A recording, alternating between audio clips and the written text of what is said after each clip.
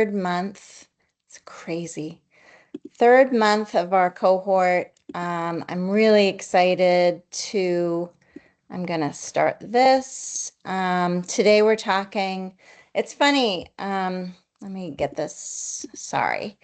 So yeah, it's so funny because the first time I did this cohort, I didn't have a session on this, and I decided that it would be worth adding because I think it's a good precursor to thinking about value chains and market opportunities. So I kind of shifted things around a little bit and was scrambling to find.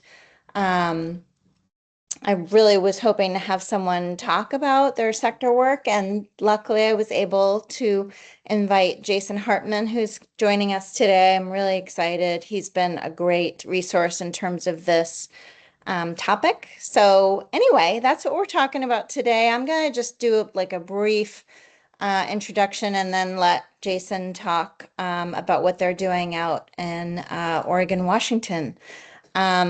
One other thing I'll mention now and I'll mention at the end. I know last time people were asking about how to engage local and regional tribes in their comprehensive economic development strategy work. And I was able to talk with a colleague of mine, Joni Buckley, who is a tribal member and also a consultant. And she's going to join us for our next call to answer any questions that you guys might have about that. So anyway, very exciting. So today we're gonna do an icebreaker. We're gonna learn about sector collaboration and consider sectors that would benefit from collaboration. We are gonna do an icebreaker because I like doing them and I like getting new ideas. So just again, refresh our memories who everybody is, and actually for Jason's benefit too, to understand who's here and where you're from. That would be great. And a movie. I'm in like movie mode. So a movie you'd recommend. So I'm gonna stop this so I can see you all. Oops. So again, Melissa Levy. I do work at NATO. I also do consulting through Community Roots. And a movie I would recommend right now. I just saw that Remarkably Bright Creatures movie about the octopus, I had read the book already, to be fair. It was a really good book, but it was also a really good movie. And I have a thing about whatever. They're so cool. Like they're just amazing animals. So it was really very good. So Corinne. Hi everyone. Sorry I missed last month. I've been out of town for a while, but good to see you all. I'm Corinne Olson with the Southeastern Regional Development Agency in Price, Utah. We're over on the eastern side, so a couple hours from the Colorado border. But a movie I would recommend, the last movie I watched was that Project Hail Mary, and it was really good. I hadn't read the book yet, so I'm excited to read the book after the movie. That was a good movie. I was shocked at how long it was, but it didn't feel long at all. Like some movies are really long and you're like, oh my God, really? But that movie was shockingly, it moved along yeah, it didn't seem long. I agree. It was engaging the whole time. It was good. Nice. Okay. Lisa.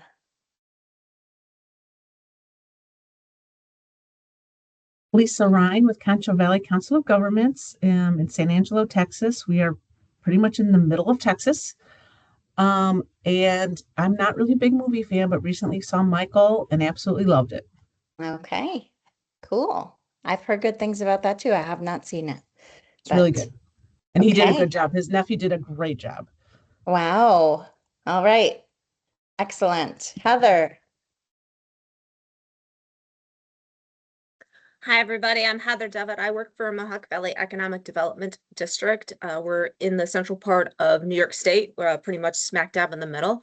I'm going to go a little old school on my movie recommendation, also based off of a book, but I'm going to go with Starship Troopers. It hits one of my top 6 films, very tongue-in-cheek, based off of Robert Heinlein's book, the same name. So very Excellent. good. Yeah, nothing says we have to talk about new movies. It's any movie. Sawyer. Hey, Sawyer Summers with the Regional Planning Commission of Greater Birmingham and Birmingham, Alabama. Actually, in the last year, I've gotten a little more into watching movies, and one of my favorites that I plan on rewatching soon, and I would recommend to y'all, especially on a day where you want to relax, low energy, you don't want anything stressful. It's a movie called Perfect Days. It's about a man that cleans toilets in Japan. It's you just watch it. It's like a meditation. It's very nice. Wow. Okay, that's a new one. I love that. Okay. I'm gonna Ethan. Yeah. Sorry. No, you're good. Hi, Ethan Wary with the Mid-Iowa Planning Alliance in Central Iowa. Um, Movie recommendation. So we recently watched the drama with Zendaya and Robert Pattinson. That was phenomenal. Hmm. Very I'm in the movie theater like this, kind of cringing at some points and yeah, but yeah, it's a really good movie. Okay, great. I guess I don't watch a lot of TV, so I don't always see the ads and stuff. So I'm a little, yeah, behind on some things, but I I'll went get in there. blind, not knowing anything about it, and that's the best way to Okay, go into a movie is cool. Jason, I'm gonna ask you to play along with our icebreaker since you're here. Why not? So, yeah. Sounds great. Jason Hartman with the Mid-Columbia Economic Development District in Oregon and Washington, about an hour east of Portland. And I do project management for industry engagement. Boy, I was struggling with a movie to recommend, so I'm going to go with an all-time one that surprised me and that I didn't think I would like. My wife made me watch it, and then I loved it, and now it's one of my favorites, and that's The Greatest Showman. The Oh, musical okay. movie. Hugh Jackman, right? Mm-hmm. Okay, I haven't So seen good. that one. Okay. Oh, really? Oh, yeah. It's good. Yeah, I don't know. Yeah, it's possible I saw it and I just forgot, but I don't I feel know. like you'd remember. Yeah, then probably I haven't Really seen it. good. All right, I have a nice new list of movies. Brittany, you kind of joined us late, but clearly we're talking about movies. So, and just doing quick intros, we have a guest, Jason. So, I know we kind of know each other, but it helps for him to know who's here. So, Hi, yes, I'm Brittany Simonich. I work in rural Montana, Western Montana, at a community and development as the community and economic development program manager. We're called Mission West Community Development Partners. And not a movie, but I would say a series that I just ate up. I thought it was really cute. The Four Seasons. It's a Tina Fey produced it. I think she's a writer, and it's based on the Alan Alda late 70s, early 80s film. So really cute. Yeah. yeah, that I've been watching. That's a good one. Yeah. I'm with you. Yeah, there are points I'm cringing, but yeah. I feel like it's very relatable. So yeah. Okay. Well, thank you, Sorry, I was late. everybody. Just coming That out of a is meeting. So totally okay. So, yes. Anyway, thanks for playing along. Selfishly, I was thinking about movies. So, I know I bring these up every time we talk, but I feel like just repetition. We're talking about these principles of creating wealth, rooting wealth through local ownership, control, and influence, and building livelihoods. And I think today's topic is definitely kind of I mean, all the topics should really address all three, but this one in particular, I feel like brings in that livelihoods piece. So I'm excited. Again, the forms of wealth, I'm just going to continually bring these up. We use these for assessment. What do we have? Design, how can we build strategies that build more wealth, and measurement. It's how are we doing? So this is the continuum I think I've been talking through. Our last couple of calls were really on this focus on assets piece. As I said earlier, I'm at our next call, we'll kind of come back to this in terms of tribal engagement. So, but we are moving forward into this kind of sector specific realm. And this is an area that through the work of Jason and other colleagues of mine. I was hoping to bring Deb Smith in, and I think I wrote about someone in Massachusetts. But anyway, there's some really interesting work going on in terms of bringing sectors together to collaborate for mutual benefit. And so I really wanted to bring that into this conversation. I think it leads into our value chain development conversation too. So it's kind of a good midpoint for us. So just a few things about it. I mean, the SEDS guidelines do emphasize economic resilience and workforce development, both of which really acknowledge a sector focus or an industry focus or whatever you want to call it, and building on a region's assets. It's also a really pretty important key element of success in workforce development. A lot of sector and industry partnerships are formed by a critical mass of employers from the same industry. They join together with potentially other strategic partners to work on this workforce development idea of training and placing workers into jobs that meet the needs of that particular industry. So, and you can see some of the partners that get involved in these partnerships, naturally educational institutions, whether they're K through 12, community colleges, or colleges, four-year colleges and universities, and some workforce boards, some of these other industry associations, unions, are potential partners. I think the role that EDDs play in terms of sector collaboration is really the roles they're already playing, right? I mean, I'm not suggesting you do something that you're unfamiliar with doing. You're already doing facilitation and convening. In this case, it's really facilitation and convening to identify these kinds of opportunities to convene sectors, and some of these partnerships that I was just mentioning and helping to create those partnerships. I think I think that from my understanding of how this works at EDDs, and I'm thinking about Deb Smith from Idaho, this probably isn't always going to happen without a convener, right? Industries aren't naturally partnering. I mean, some may be, but I think oftentimes they're thinking about competition and they're not partnering in other ways. So I think EDDs are really a natural convener of these kinds of conversations.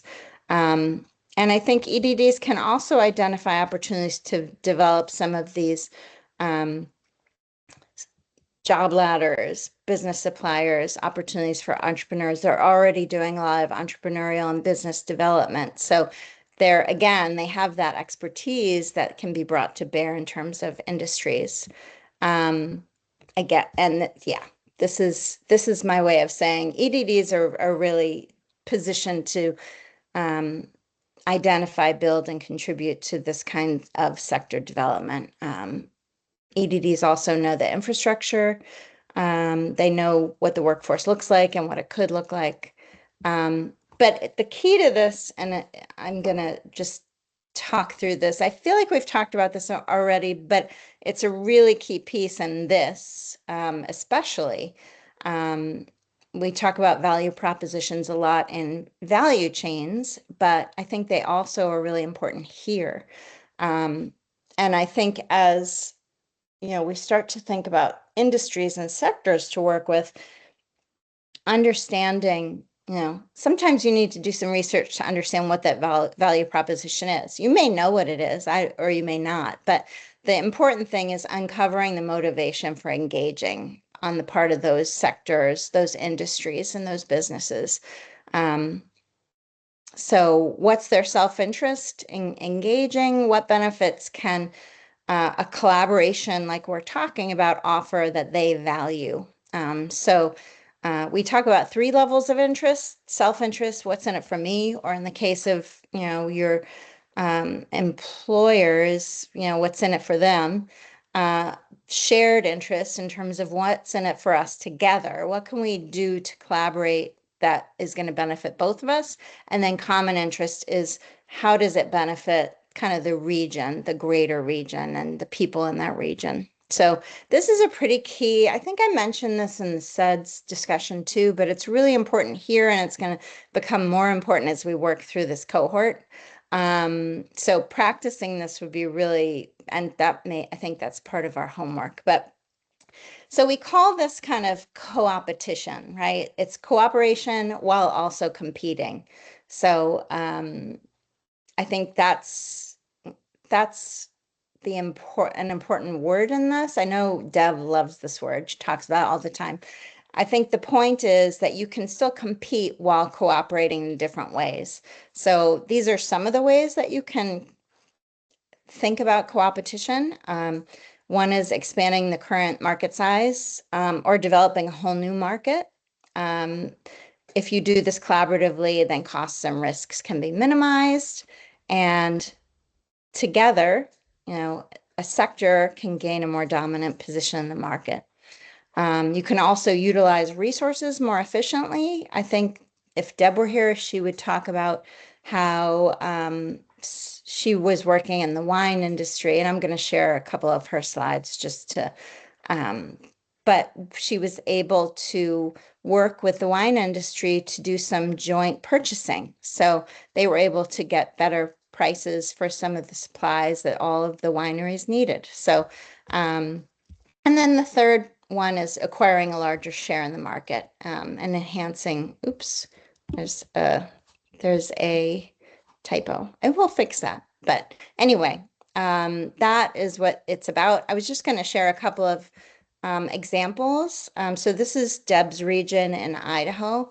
And I mentioned that she was doing this sector collaboration with the wine industry. So these were some of this was kind of her value chain. I mean, it doesn't talk about it as much as a value chain, but she really got involved, all of these different partners involved with the wine industry to, again, save money on supplies and equipment and things. They worked together on workforce development so that some of the local colleges and universities could be providing training for that sector. And these different wineries and vineyards were not talking, and she was able to bring them together to a point where they could talk about how to collaborate better. So I'm not going to go crazy on that, but she loves that word co-opetition. But the point is that competitors are cooperating for the good of the industry, and she had such success with that she ended up using it with other sectors. So it started with the wine sector and the wine industry in her region, and then she actually ended up using it in the healthcare and also in kind of small manufacturing. And there's a report that I can share in the chat when I get out of this document, that talks about her work and also Jason's work, and then some work in the Berkshires of Massachusetts, where they also took some sector approaches in different sectors. So, and I want to share one more example before I turn it over to Jason, but this is Alabama. This is a group that I had the good fortune to work with in the Black Belt of Alabama. And they're really working in the art sector, and specifically in kind of art education and art tourism. And they did that by, they have it's an organization, but they also have a studio kind of headquarters that is also the center for all of these different independent artists, art education, art tourism kinds of initiatives. So there's some great stories about this. Those are the counties they're working in. And they are really fostering, developing, and promoting economic development initiatives aimed at creating jobs through art and crafts, literature, food products, which is all kind of the creative economy. So that is their sector. And they have known them for a long time. They've been doing pretty amazing work. You can see they work with hundreds of artists who are, some are independent artists and some are kind of art organizations. They have visitors from all 50 states and lots of countries. And they're promoting education. They have workforce workforce development that they're also doing, placing artists in schools and in and creating tourism opportunities for those artists as well. And there's a piece, it's here. There is a piece about the work that they've been doing, which is great. And this is, I know we're not talking about value chains, but they put together such a nice value chain map. I had to share it. Demand is arts and cultural heritage, educational experiences, and you can see they're dealing on like 3 fronts. So education, tourism, and the actual physical gallery. So yes.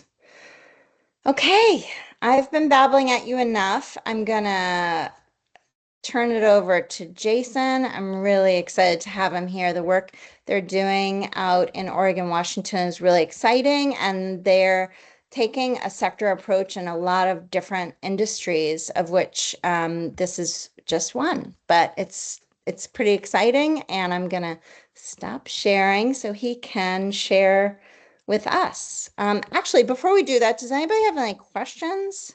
I know I just like talked for a while, but no, okay. So yes, Jason has been, again, one of my like shining stars of this work in terms of his organization taking such a great sector approach. Yeah, Deb and Jason are like my go-tos for talking about this work. So anyway, I'm gonna stop talking. Jason. Well, thanks, Melissa. I don't think I've ever been referred to as a shining star before, so that's a warm welcome. Hey, everybody. My name is Jason Hartman, like Melissa said, and as I mentioned before, I work in industry engagement as a project manager for an economic development district that straddles 2 states. We cross the Columbia River. We support 6 counties. It used to be 5. We just picked up a 6th because one of the counties in our eastern flank realized the good work we were doing and asked to join. And so after a year or 2 years of dealing with the EDA and whatever hoops needed to be jumped through, we now have 6 counties. A lot of the work we do is to support industry sectors. We were the group that organized the winemakers and started the Columbia Gorge Wine Growers Association. We started the breweries of the Gorge. This is a big beer area. And we're working right now with our creative community to organize the artists and makers so they have a little more kind of collective power. Some of the tools here seem awesome. One in particular, about 21 years ago, one of the CEOs in a local tech company, a drone manufacturer, they're having a hard time recruiting talent to this region because it's an hour east of Portland. It's very rural. There's not much open after 8 p.m. and they were growing fast and they needed engineers. So they came to our EDD and said, hey, we want to organize. We want to, work together. I guess in this, it wasn't quite co-opetition yet because there was really one drone company and then a bunch of suppliers. And apologies, I know Sawyer and a few of you guys were there and in Bend when I talked about this. I'll try not to be too repetitive.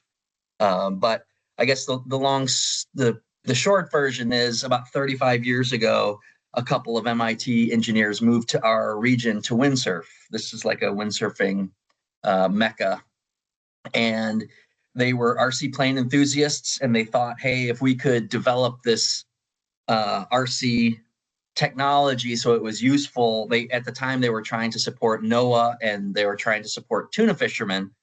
And they said, if we can develop this technology, we'll have, great jobs in the place we want to live. And so they developed this drone technology. They figured out how to launch and catch the drone from the deck of a ship. They figured out how to get a full motion video back to the ship in real time, so they could look for schools of tuna, or they could help predict the weather. And then they got patents on this stuff, and then they went to these tuna fishermen who said, that's just way too expensive, we can't afford it. But then the Department of Defense took a very a keen interest in this technology.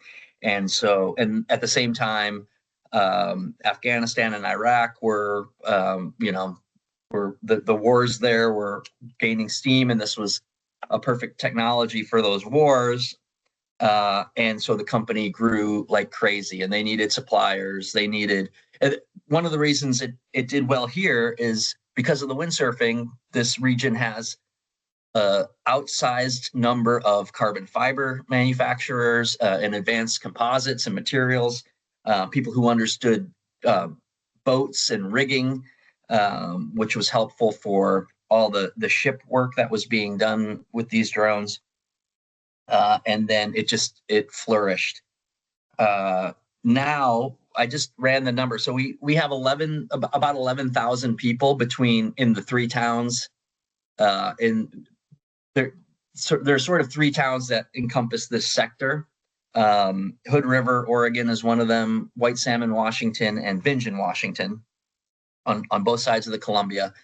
Between those 11,000 people, we estimate about 12 or 1,300 jobs in this aerospace industry, and we estimate between $600 and $700 million of ARR, of annual recurring revenue in these industries. So there's people coming in from all over, from 60 miles, 80 miles away, some every day to work in this region.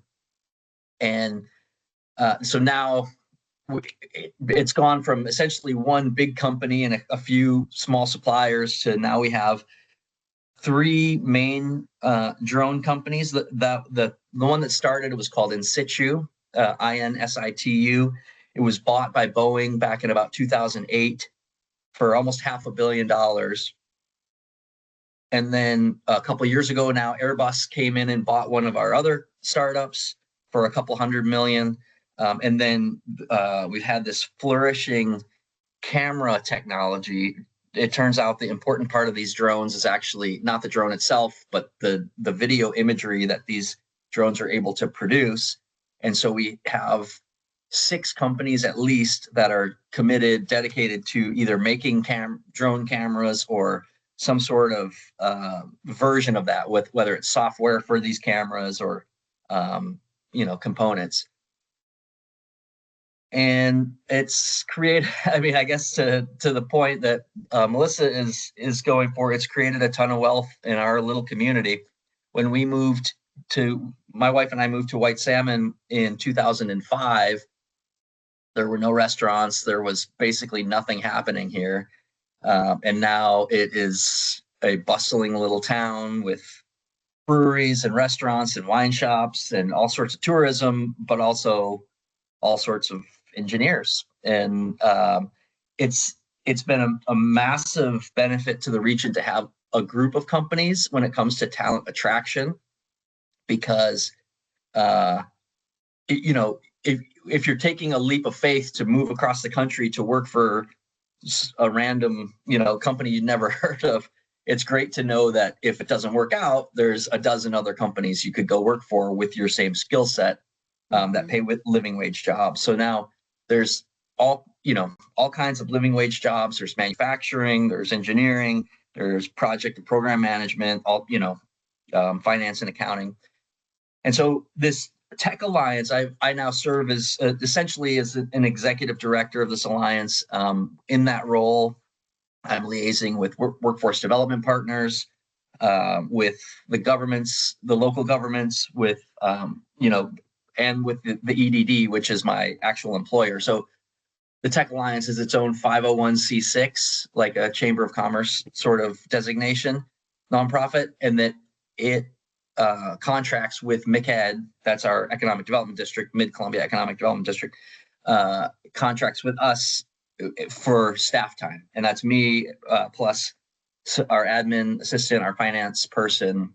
And so it's a great, it's a great role. They pay about a third of an FTE, and they get almost an FTE worth of output, I guess you could say. And I guess that's the long and short of it. I didn't want to share slides, or I've got the same slides I shared at Bend, and Melissa has them, but I thought I'd rather just kind of give a brief explanation and then open it up for questions in case anyone has any. That's great. Thank you so much, Jason. And I do have his slides from the summit, which I will share with this recording in our slides. And but yeah, any questions? I mean, I guess I'm curious, like what did it take to get them? What did it take to get them collaborating? I mean, I assume you brought them together in some way, or what did that look like? Yeah, and it wasn't me, actually. It was my predecessor, who's now the executive director of the Economic Development District, Jessica Mehta, who some of you have met or known. She was the first executive director of the Tech Alliance. What I think it took was sort of the pain point of talent attraction and of telling the story outside of the region to get people into the region, but also to get the technology that's developed here sold outside of the region. I think the pain of being in this rural spot became great enough that they said, hey, maybe we'd be stronger together. Yes. And that pain point is the value proposition, right? That's where you find those yeah.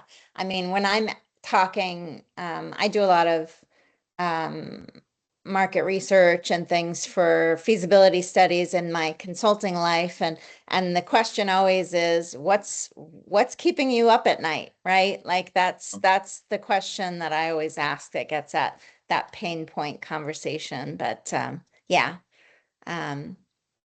Cool. Yeah. Other questions? How about, this is your time.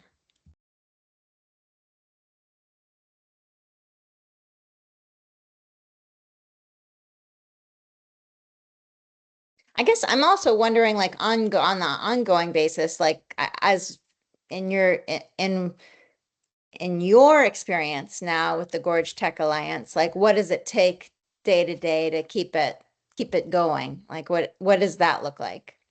Yeah, good question. So a big part of it is making sure that the board is engaged. So they have a volunteer board, and it's from across different sectors of the industry. And we have elections for the board, but we also encourage certain people. Like we want to make sure that we're representing the different communities, the different types of tech companies.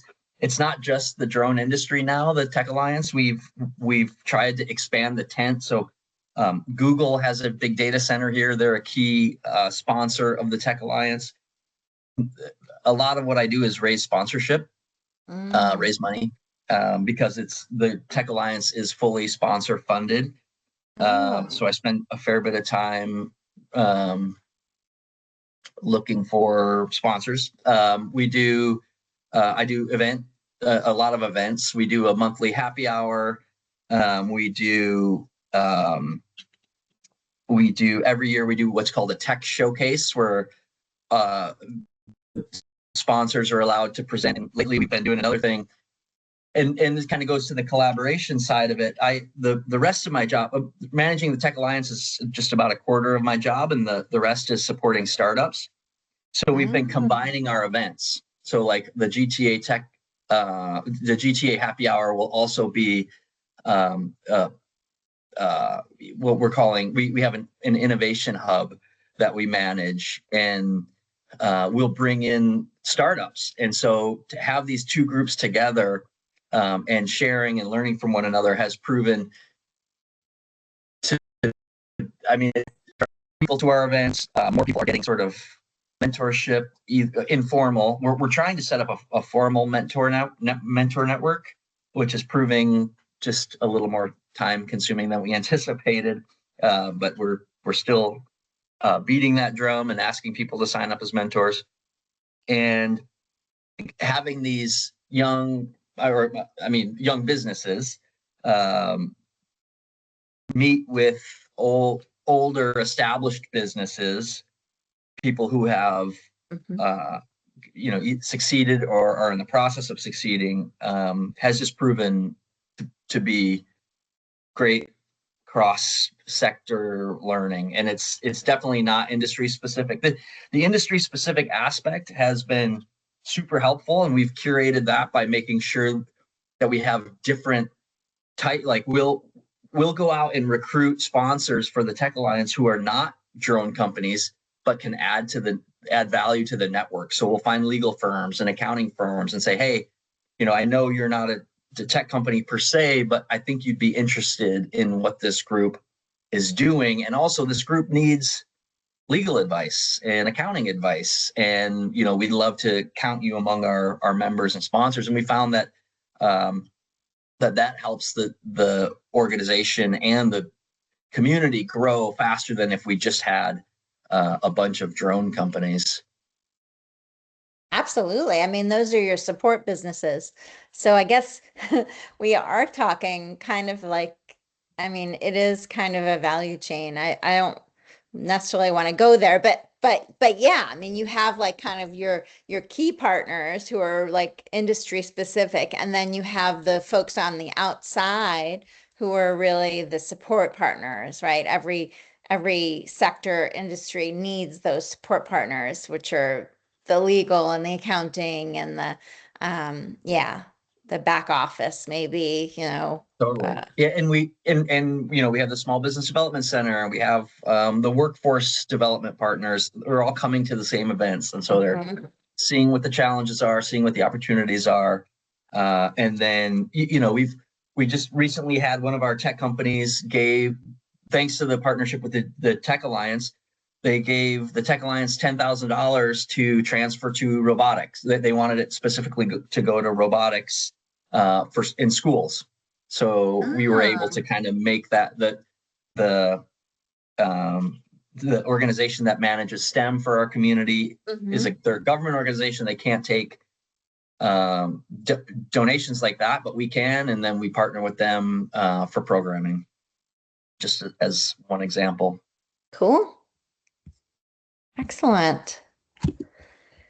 Yeah. I actually do have a question. Yeah, Jason, go can you for it. talk a little bit about that first domino that fell that started actually putting everything into place? Like, what was that one piece that fit perfectly in the beginning to make others come into it?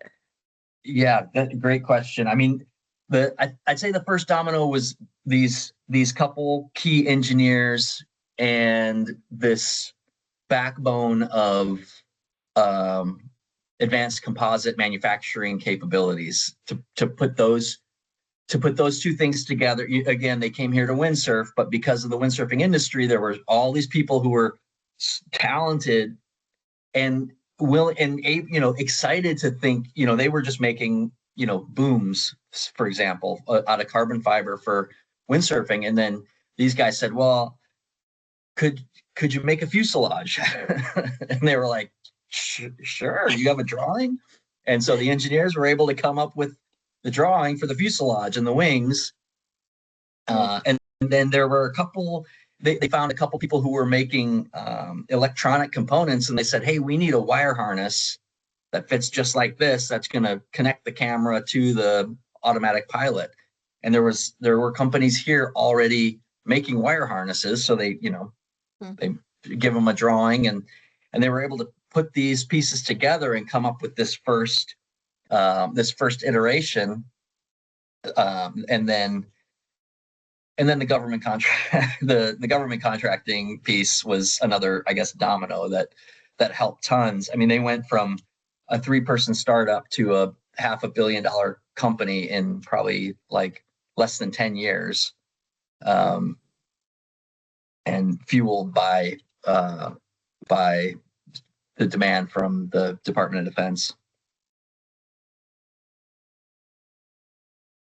Yeah, so interesting. I mean, it just seems like some of it is very place-based, right? I mean, it probably wouldn't have happened anywhere else quite like that. And I think that's probably similar to other stories I've heard, is it's at least in these kind of examples, that it's based on the assets of that place, right? And Totally. what's going on there. Right. And it's kind of like the perfect storm, for this place. And I imagine other places have a similar sort of perfect storm argument. And but it's proved challenging for talent attraction, and that's why the Tech Alliance was started. They would recruit an engineer here, and that engineer, or not just engineers, but any sort of specialty talent, and they would move here, and they would maybe bring a spouse, and the spouse was like, there's nothing to do here. I'm not, if I'm not making, and unless you're into wind sports, which not everyone is. And that was 20 years ago. Now our community has developed more outdoor activities. It has a thriving beer and wine scene, a thriving mountain biking scene, but still that's pretty rural for some people. And now we have a housing challenge, like probably most of your communities, where they'll recruit someone to work here who will accept a job and then have to turn it down because they can't find anywhere to live. And so that's the next, I guess that's the flip side of the coin, the wealth creation coin. Yes. Is it creates constraints too. We're pinned in what's called a national scenic area. And so all the cities in our, not all, but almost all the cities in our region are constrained to an urban growth boundary, and can't build beyond that because of this national scenic area. And it's caused tremendous upward pressure on building home prices, etc. So, local governments are figuring out how to work with the scenic area and how to work with other partners, but no one has solved the holy grail of affordable or attainable housing yet. Yeah, that must be something that EDD is working on. We do a little bit. We do it mostly through our partners. We do, and we have a loan fund, which maybe many of you do. And so we have special financing opportunities for people building housing.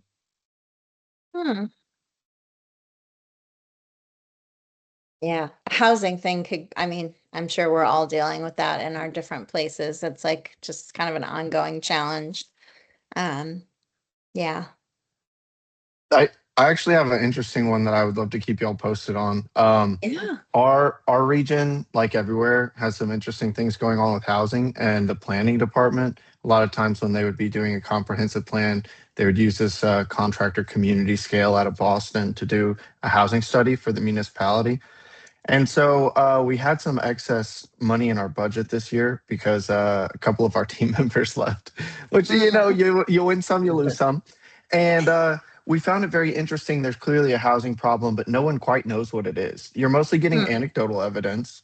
A lot of these, more rural places that are growing because of proximity to Birmingham, they're like being approached by developers, but it's like, is that what we want for our community? Is that actually in demand? There's no way to know for sure. Well, the is that what we want for our community? That one they got to figure out on their own. So, anyways, we use some of this excess capital to do a region-wide housing study. See like where the actual supply and demand is to inform our, local governments on like, oh, and also, I mean, honestly, inform developers.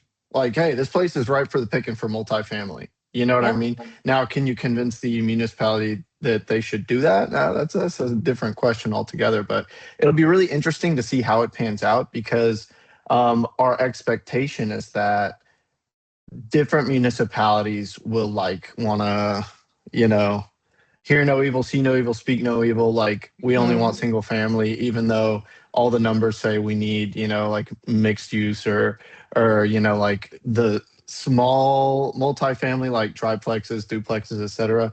But it'll be really interesting. I can, if we have like a chance at some point, I can show you all the graphs. We got a preliminary dashboard from the people doing the housing study. And in terms of permits, multifamily, Jefferson County, which is Birmingham, is the only one of our 6 counties doing any at all. Even though we have other counties that are experiencing like 26% year over year population. Oh, not year over year, 26% population growth over the like period of 5 years. Have like not building any multifamily housing. Like where are they going? I don't know. But, so while y'all were talking about housing, I was just like, it was a perfect storm for us doing a region-wide housing study because it's very expensive and we just happen to have excess money because hiring people takes time. Yeah, that's really, How much I feel was like, it? Like a couple $100,000 or? oh, good question. So we cover 6 counties, pretty big geographical area, and don't quote me on this, but I think we've got like 1.5 million people in our 6 counties. And I believe the total cost is somewhere around like 250 to 300,000. Wow. It's pretty expensive. Yeah, I'll say I could be That's a wrong on lot of that. work. it is I'll a get lot back of with the work. details. It is. It's an incredible amount of work, and we're only really just getting started. Like they made the dashboard based on like just data that you can find that's like you collected by the government and public domain. But they're coming into our region starting actually next week. And so we've collected, y'all are talking about SEDS groups. We've got 3 focus groups for housing. One of them is all like local leaders, like municipal leaders, council people, county commissioners, et cetera. We've got a focus group that is all developer type organizations. So the people who are like building and helping to facilitate the building of these different dwelling units. And then we've got another focus group that's like the housing authorities and the nonprofits of the world and stuff like that. And yeah. Sorry, that was a huge aside, but No, it'll be in. it's the challenge that we're all facing, honestly, regardless of where we are. I feel like it's a constant issue. So thanks for sharing, Sawyer. Yeah. Anybody else? Any other tangents people want to go on, or any questions you might have for Jason, or sectors in your place that might be ripe for this kind of an approach? I was just gonna say also it's great to see you again, Jason. It was just as good the second time. Thank you. Okay.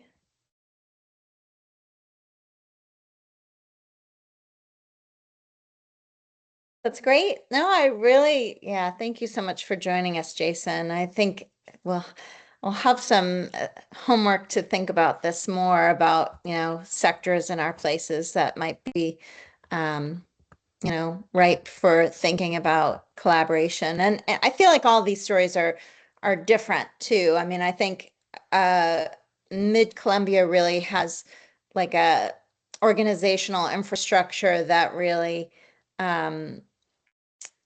is they've created like an organizational infrastructure that really promotes this kind of collaboration. And I'm not sure, I think some of the other stories that I've written about or heard about, it's a little bit, it's again, the domino is usually there's a pain point, right? That industry is really experiencing. The EDD like hears about it or learns about it, and then starts to bring folks together to say, what can we do, right? If we're all experiencing this pain point, like how can we move together? And I think yeah, I mean, I think Deb would probably, I think she helped form kind of, or at least kind of nurture an organization similar to the Gorge Tech Alliance that's organizational around that particular industry. So, and I think the other examples, and I'm going to put some links. I have,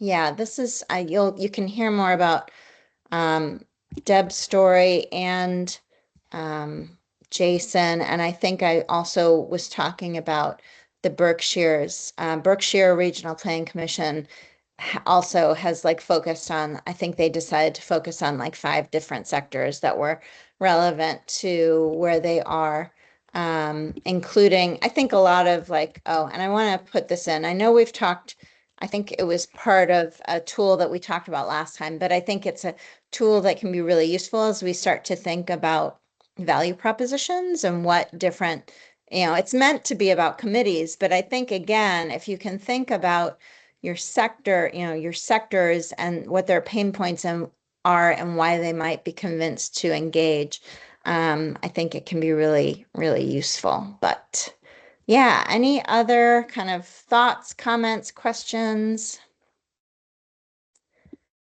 Okay. I'm gonna put my slides back up and see what I have. I don't, session 3. Oh, yeah. So I thought, I don't actually have a tool for this, but I'm thinking I might develop one. So I thought we would do this before our next call.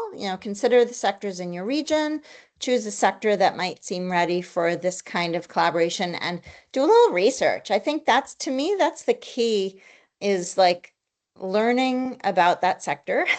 And that might involve doing some secondary research, but it also might be just reaching out to, a company in that sector to see, again, what their challenges are, what their pain points are, whatever language you want to use, and develop value propositions for them, why they might want to collaborate with others in that sector. So not a heavy lift. And if you wanted to make a call, that would probably be, can't hurt. It's just, again, I think until you start talking to folks in that sector or that industry, you may not know what those pain points really are. And I feel like, honestly, in all the conversations I've had when I've asked that question, people want to talk about it, right? Like they're experiencing this every day, and they're rarely asked about it. So they usually welcome having that kind of conversation. The other thing I wanted to remind us is next time on the 17th, Joni Buckley is going to join us. And I had mentioned how folks had a lot of questions about tribal engagement in the SEDS. And so she asked if people could send in a question that they might have. And if you send those to me, I will send them to her so she can think about it before she gets on with us. So, and she's lovely. She was at the Wealth Creation Summit also, talking about, not necessarily, I mean, her experience is definitely tribal, but she was talking about just engaging different kinds of populations and in economic development work. So anyway, I thought since that came up and I don't have great answers about that, I would bring her in, and she was willing to come join us, so she will. So, send those questions to me, and I'll kind of collate them for her, and she can do a little thinking ahead of time. So I should probably put a date on there, but our next meeting is in 2 weeks. So as long as you can send them to me, maybe by the Monday before, I guess that would be the 15th, I can send them to her. That'd be great. And I'll send a note tomorrow to remind everybody, because Lord knows I would forget. So, this is where we are with our timeline. We're on the sector collaboration piece. And then we'll dive into kind of the value chain kind of the meat of the value chain kind of conversation. But I think this is a really good precursor to that, and really thinking about like the sectors in our community that might benefit from collaboration, and also benefit from that collaboration. And we've been talking about kind of collaboration in terms of like engagement and supporting different strategies for benefiting the sector. But then we get into kind of getting a little bit closer to the ground in terms of, are there market opportunities that we as EDDs can promote? So that's where we're going next. But yes, our next call is on the 17th. And as usual, we have the resources I always share. And Reno, our next conference is in Reno. So I hope you'll think about coming. I'd like to do a wealth creation session there, if possible, with folks from the 2 cohorts to share kind of what they're doing with it, or what they're thinking about doing with it, or yeah. Anyway, so if that's something that's interesting to you, let me know, and I'll be putting together at least one session. I think probably a couple sessions, but certainly for this one. So, yeah, anyway, that is all I've got for you. And, yeah, any other questions, conversation, anything you want to share about what's going on in your place? No, everybody's pretty quiet today. Well, Jason, I really appreciate you joining us and sharing the story of the Gorge Tech Alliance. And I think it's a really exciting story. And I think the work that Mid-Columbia is doing in promoting sectors and industries is it's really interesting. So thanks so much for talking with us today. And Yeah, it's my pleasure. I'll put yeah. I'll put my email in the chat in case anyone has Oh, that'd be questions, great. or I'll do that right now. But yeah, super nice to meet you all. And yeah, I wish you the best in your cohort. Cool. Important Yeah. stuff.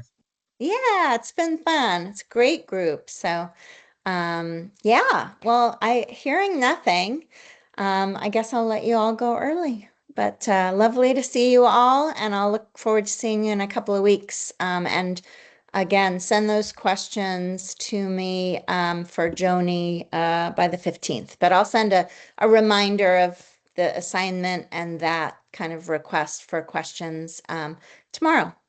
So, yeah. Thank you all. Have a Thanks, great Melissa. rest of your week, everybody. Thanks all. Thanks. All right. Bye. Thanks.